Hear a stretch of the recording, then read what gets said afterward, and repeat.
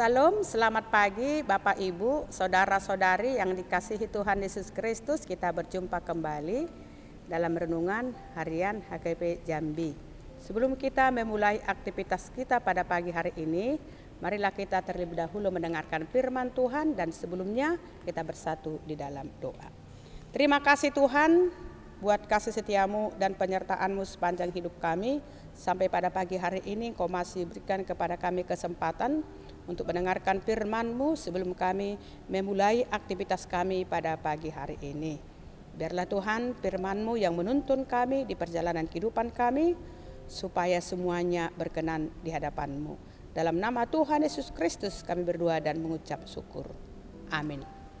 Bapak, Ibu, saudara-saudari yang dikasihi Tuhan Yesus Kristus, renungan harian untuk kita pada pagi hari ini, Sabtu 2 Maret 2024, tertulis dalam kitab Wahyu pasal 15 ayat 4. Demikian firman Tuhan.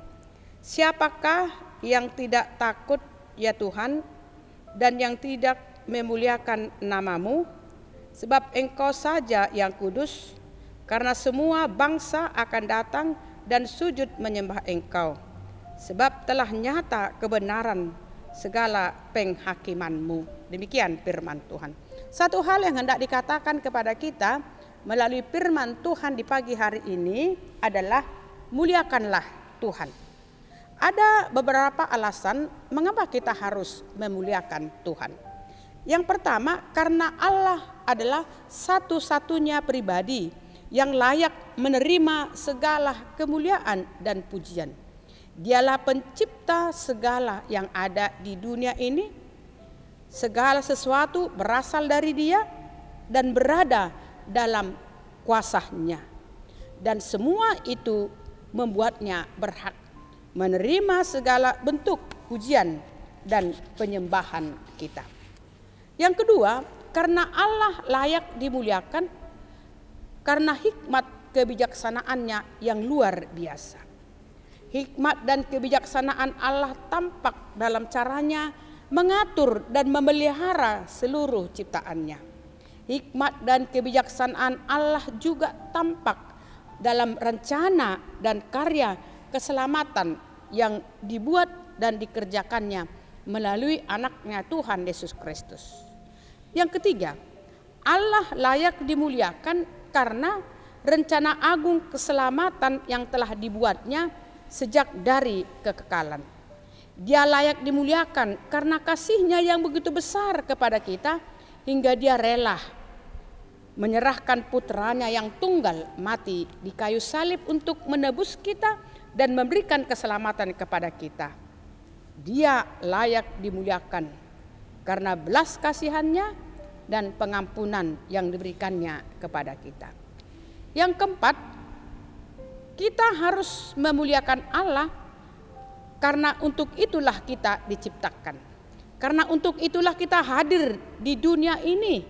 Hidup kita baru bermakna, baru berguna bila kita menjalaninya sesuai dengan maksud pencipta kita.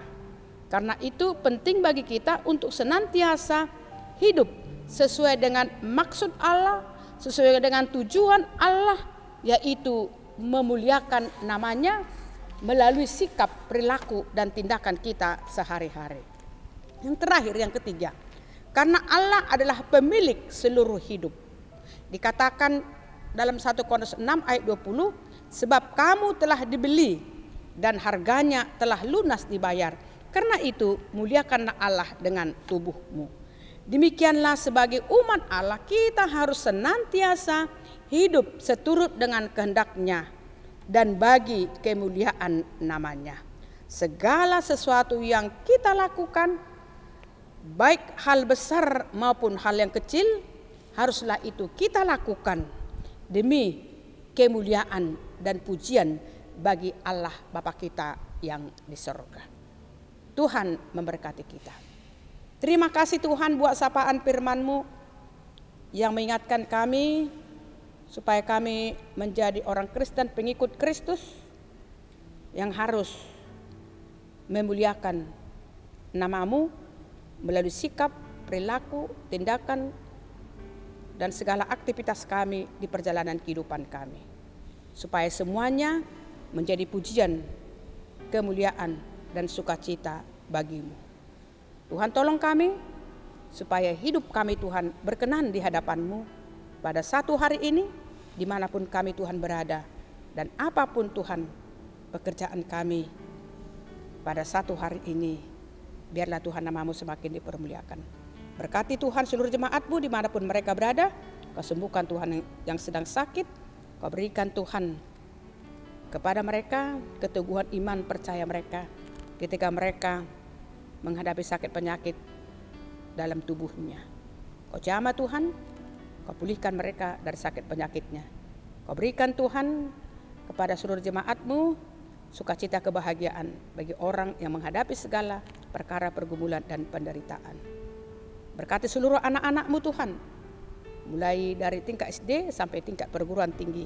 Kau berikan hikmat kebijaksanaan kepada mereka dalam meraih cita-citanya, dan Engkau hantar mereka Tuhan ke masa depan yang penuh dengan harapan. Dengan menjadi anak yang takut akan Engkau, anak yang bijaksana, dengan sungguh-sungguh tetap belajar dan belajar.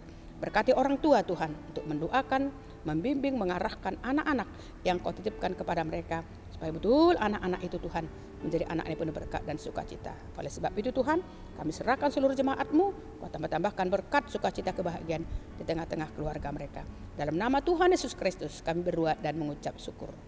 Amin. Salam, selamat beraktivitas, Tuhan memberkati kita.